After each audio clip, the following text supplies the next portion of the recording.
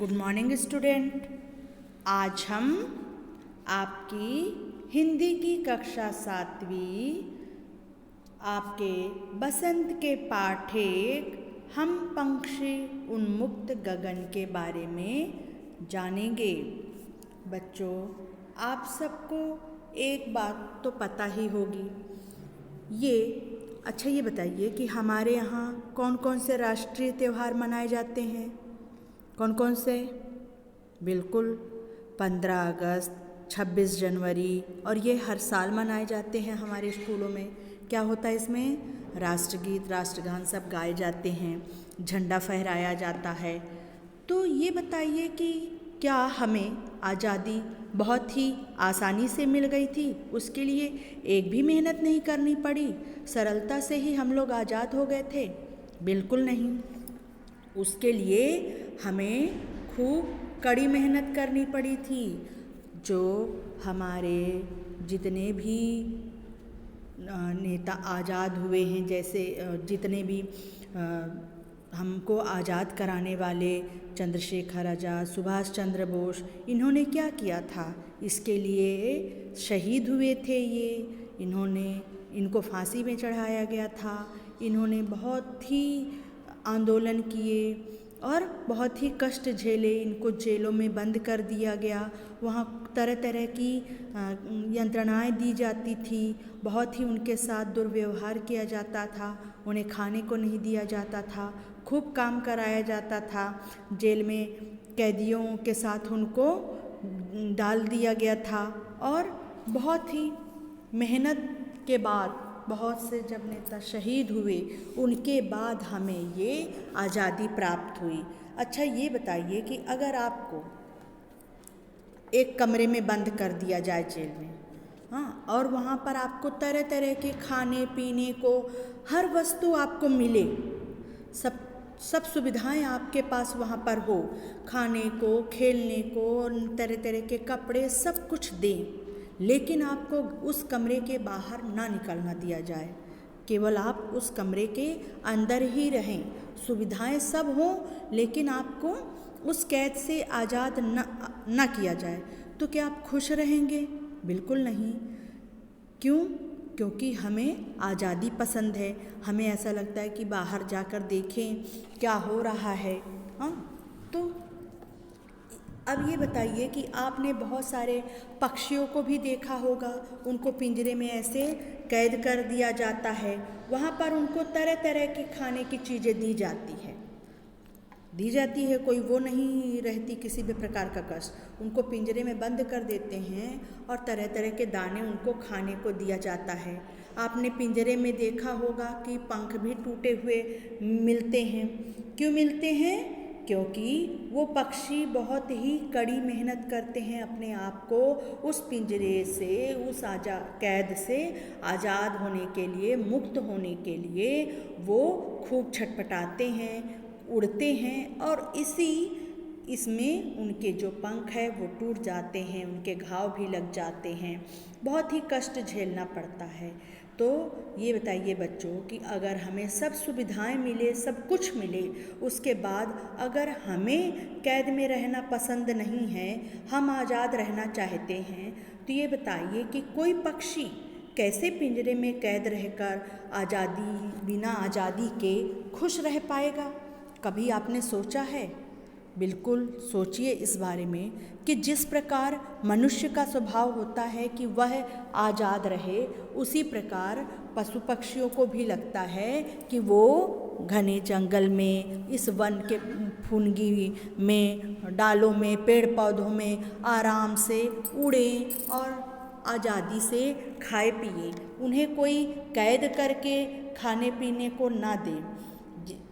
उस कैद में वो छटपटाते हैं, उन्हें कष्ट होता है। तो आइए बच्चों, आज हम आपके हिंदी कक्षा 7 की हम पंक्षी उन्मुक्त गगन के बारे में समझते हैं। इसको किसने लिखा है? इस कविता को शिवमंगल सिंह सुमन ने लिखा है। कविता है, हम पंक्षी उन्मुक्त गगन के पिंजरबद्ध ना गा पाएंगे, कनक तीलियों से टकरा कर पुलकित पंख टूट जाएंगे। हम बहता जल पीने वाले मर जाएंगे भूखे प्यासे, कहीं भली है कटुक निबोरी कनक कटोरी सी मैदा से। स्वर्ण शंखला के बंधन में अपनी गति उड़ान सब भूले, बस सपनों में देख रहे हैं तरु की फुनगी पर के झूले। ऐसे थे अरमान के उड़ते नीले नभ की सीमा पाने, लाल किरण सी चोंच खोल चुगते तारक अनार के दाने। होती सीमाहीन क्षितिज से इन पंखों की होड़ा होड़ी, या तो क्षितिज मिलन बन जाता या तनती सांसों की डोरी। नीड़ न दो चाहे टहनी का आश्रय छिन्न भिन्न कर डालो, लेकिन पंख दिए हैं तो आकुल उड़ान में विघ्न न डालो, आकुल उड़ान में विघ्न न डालो। तो बच्चों आइए हम इस कविता को समझते हैं। हम पंछी उन्मुक्त गगन के पिंजरबद्ध ना गा पाएंगे, कनक तीलियों से टकरा कर पुलकित पंख टूट जाएंगे। यहाँ पक्षी कहते हैं कि हम जो पक्षी हैं वो खुले आसमान में उड़ने वाले हैं। हमें खुले आसमान में उड़ना पसंद है। हम इस पिंजरे में बंद होकर नहीं रह पाएंगे। अगर हमें पिंजरे में बंद कर दिया जाएगा तो क्या होगा? इन पिंजरों में कैद होकर हमारी चाहे वो पिंजरा भले ही सोने का ही क्यों ना हो, उसकी जो तीलियां हैं वो सोने की ही क्यों ना हो, लेकिन हम खुले गगन में, खुले आसमान में उड़ने वाले पक्षी हैं। हम पिंजरे में कैद होकर नहीं रह पाएंगे, नहीं गा पाएंगे। अगर चाहे वो सोने का पिंजरा ही क्यों ना हो, उसकी तीलियों से टकराकर हमारे जो पंख हैं वह टूट जाएंगे। आगे कहते हैं पक्षी क्या कह रहे हैं आगे, आइए पढ़ते हैं। हम बहता जल पीने वाले मर जाएंगे भूखे प्यासे, कहीं भली है कटुक निबोरी कनक कटोरी की मैदा से।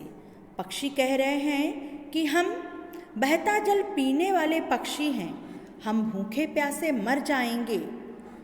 भले हमें आप क्यों ना सोने की कटोरी में मैदा यानी दाना पानी जो भी उनको खाने के लिए दिया जाता है, तो पक्षी क्या कह रहे हैं कि हम बहता जल पीने वाले पक्षी हैं, हम बहता जल पीने वाले पक्षी हैं, हम भूखे प्यासे मर जाएंगे, लेकिन हमें अगर कैद करके रख दिया जाए तो हम मर जाएंगे। हमारे लिए तो वह नीम की कटुक निबोरी, मतलब नीम के जो कड़वे फल होते हैं उसे कहते हैं कटुक निबोरी। हमारे लिए वह नीम के कड़वे फल बहुत ही ज़्यादा अच्छे हैं। अगर हमें कटोरी में रखे दाने दिए जाएं, उन दानों से हमारे लिए वो नीम की कड़वे फल कहीं ज़्यादा अच्छे हैं, क्योंकि हम उसको खुले आसमान में उड़कर पेड़ों पे बैठकर खुद खाते हैं। तो पक्षी ने क्या कहा कि हम जो पक्षी हैं वह खुले आसमान में उड़ने वाले पक्षी हैं, हम पिंजरे में कैद होकर नहीं रह पाएंगे, नहीं गा पाएंगे। हमारे पंख जो हैं पुलकित पंख, सुंदर से जो पंख है, इस सोने की पिंजरे में कैद होकर इन तीलियों से टकराकर हमारे पंख टूट जाएंगे। हम पक्षी बहता जल पीने वाले पक्षी हैं, हम भूखे प्यासे मर जाएंगे। हमारे लिए वो नीम की निबोरी कहीं ज़्यादा अच्छी है इन सोने के कटोरी में रखे दानों से। आगे कहते हैं स्वर्ण श्रृंखला के बंधन में अपनी गति उड़ान सब भूले, बस सपनों में देख रहे हैं तरुकी फुनगी पर के झूले। आगे पक्षी कहते हैं कि हम जो पक्षी हैं वह सोने के पिंजरे में कैद पक्षी कहते हैं कि स्वर्ण श्रृंखला के बंधन में हमें इस सोने की पिंजरे में कैद कर दिया गया है, और इस सोने के पिंजरे में कैद होकर इसके बंधन में हम ये भूल गए हैं कि हम किस प्रकार उड़ते थे। हम अपनी वेग को, जिस उड़ान से, जिस गति से हम आसमान में उड़ा करते थे, वो हम भूल गए हैं। हम बस अब उस पेड़ की फुनगी, पेड़ की जो डाल होती है, उसको सिर्फ सपनों में देख रहे हैं। ऐसा लगता है कि बस ये एक सपना था कि कभी हम खुले आसमान में उड़ते भी थे। पक्षी आगे कहते हैं, ऐसे थे अरमान की उड़ते, नीले नभ की सीमा पाने, लाल किरण की चोंच खोल, चुगते तारक अनार के दाने। कभी आगे कहते हैं कि हमको ऐसा, मतलब अब उनके मन में अरमान जग गए, उन्हें ये सब सपना जैसे लग रहा है। वो पिंजरे में कैद हो गए तो इतने खुले आसमान में जो उड़ रहे थे, उन्हें अब सब सिर्फ सपना लग रहा है। उन्हें ऐसा लगता है कि अब उनके अंदर अरमान जग रहे हैं। वो कहते हैं कि हमारे ऐसे अरमान है कि हम उड़ते जाएं, अंतिम छोर तक खूब ऊपर ऊपर उड़ते जाएं, और उस नीले आकाश की सीमा जहाँ तक हो वहाँ तक हम उसको पाने के लिए उड़ते जाएं। और ऐसा लगता है कि बस अपनी लाल किरण सी, यानी जिस तरह सूरज की जब किरण, सूरज जब उगता है तो उसमें हल्की लाल किरण होती है, उसी प्रकार हम अपने चोंचों को खोलकर इस तारे रूपी अनार के दानों को चुनें। कभी के अंदर, मतलब अब पक्षियों के अंदर क्या अरमान हो रहे हैं कि हम खुले आसमान में उसके सीमा को पाने के लिए, यानी जहाँ उसका अंत है वहाँ तक उड़ते चले जाएं, और इस अपनी लाल किरण के समान चोंच को खोलकर इस तारे रूपी अनार के दानों को चुने। यानी उनका क्या कहना है कि हम खुले आसमान में उड़ें। आगे पक्षी कहते हैं, होती सीमाहीन क्षितिज से इन पंखों की होड़ा होड़ी, या तो क्षितिज मिलन बन जाता या तंती सांसों की डोरी। अब आगे पक्षी कहते हैं कि ये जो सीमा विहीन, यानी जिसका कोई छोर नहीं है, जिसका कोई अंत नहीं है, ऐसे खुल आकाश में हमारे पंखों की होड़ा होड़ी होती, मतलब कि हम उड़ते ही चले जाते। या तो वो जो क्षितिज है, हमारा जो बिंदु है जहाँ तक हमको उड़ना है, या तो वो हमको मिल जाता, या फिर हम मृत्यु को प्राप्त करना पसंद करेंगे, या तो मर जाना पसंद करेंगे, हमें मार दिया जाए, या तो फिर हमें उस छोर तक हम पहुँच जाएं। मतलब वो कह रहे हैं कि हमें ऐसा लग रहा है कि उस सीमा विहीन क्षितिज तक हम उड़ते चले जाएं, हमारे पंखों की होड़ा होड़ी लगे, मतलब हम उड़ते चले जाएं, या तो वो क्षितिज हमको मिल जाए या फिर हम मरना पसंद करेंगे। पक्षी आगे कहते हैं कि नीड न दो चाहे टहनी का, आश्रय छिन्न भिन्न कर डालो, लेकिन पंख दिए हैं तो आकुल उड़ान में विघ्न न डालो। अब आगे पक्षी क्या कहते हैं कि भले ही आप हमको उस टहनी का घोंसला ना दो, जहाँ टहनी में हम घोंसला बनाकर रहते थे, भले ही हमको वो घोंसला ना मिले, जिस घोंसले में हम रह रहे हैं उस घोंसले को भी तोड़ डाला जाए, उसको भी छिन्न भिन्न कर डाला जाए, बर्बाद कर दिया जाए, लेकिन अगर हमको पंख मिले हैं तो हमारी इस व्याकुल उड़ान में, हमारी उमंग भरी उड़ान में कोई भी बाधा न डाले, हमको उड़ने दिया जाए। तो इस प्रकार बच्चों, कवि ने इस जो कविता में पक्षियों के बारे में क्या क्या बताया है कि पक्षी कह रहे हैं कि हम खुले आसमान में उड़ने वाले पक्षी हैं, हम पिंजरे में कैद होकर नहीं रह पाएंगे, इन सोने की तीलियों से टकराकर हमारे जो पंख हैं वो टूट जाएंगे। हम तो बहता जल पीने वाले पक्षी हैं, हम भूखे प्यासे मर जाएंगे, लेकिन सोने की कटोरी में रखे हुए दाने हमारी कटुक निबोरी से ज़्यादा अच्छे नहीं हैं। हमें वो कड़वे नीम के फल ही ज़्यादा अच्छे लगते हैं, क्योंकि उसको हम खुले आसमान में आज़ादी के साथ उड़ते हुए खाते हैं। आगे पक्षी कह रहे हैं कि इस सोने की जंजीरों में कैद होने के बाद हम अपनी गति, अपनी उड़ान सब भूल गए हैं। अब हमको सिर्फ सपनों में ही वो सब जो पेड़ पौधों की डालियां हैं, आसमान है, ये सिर्फ हमको अब सपनों में ही नज़र आ रहा है। आगे पक्षी कहते हैं कि हमारे ऐसे अरमान थे कि हम खुले आसमान में खूब दूर तक उड़ते ही चले जाएं और उस सूरज की किरणों के समान लाल चोंच को खोलकर अपने तारे रूपी अनार के दानों को चुनें। आगे पक्षी कहते हैं कि वो जो सीमा विहीन क्षितिज है, उस सीमा विहीन क्षितिज में हमारे पंखों की होड़ा होड़ी लगे, हमें उड़ने दिया जाए, या तो वो क्षितिज, वो बिंदु हमें मिल जाए, या फिर हम मृत्यु को प्राप्त करना ही पसंद करेंगे।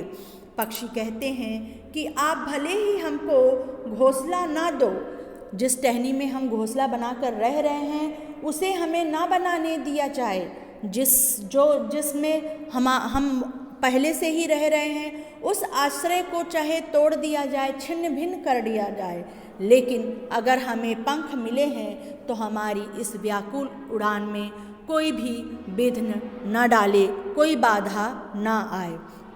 तो इस प्रकार बच्चों, आपने देखा कि पक्षी क्या कहना चाह रहे हैं, वो क्या पसंद कर रहे हैं। तो इसलिए आपको क्या सीखना चाहिए कि हम जिस प्रकार मनुष्य का स्वभाव होता है कि वह पिंजरे में कैद ना रहे, आज़ादी के साथ घूमे, उसी प्रकार हर तरह की सुख सुविधाएं पाकर भी पक्षी पिंजरे में बंद नहीं रहना चाहता है। वह खुले आसमान में उड़कर खाना चाहता है, गाना चाहता है, पानी पीना चाहता है, घूमना चाहता है। पक्षी खुले आसमान में रहकर बहुत सारी अपनी इच्छाएं पूरी करना चाह रहा है। क्या क्या इच्छाएं पूरी करना चाह रहा है कि उस सीमा विहीन क्षितिज से उसके पंखों की रेस लगे, उसे या तो उसको मार दिया जाए या फिर उसको वो क्षितिज मिल जाए, उसकी टहनी का जो झूला है उसको वो मिल जाए, उसके पंख जो दिए गए हैं उसमें कोई बाधा ना आए।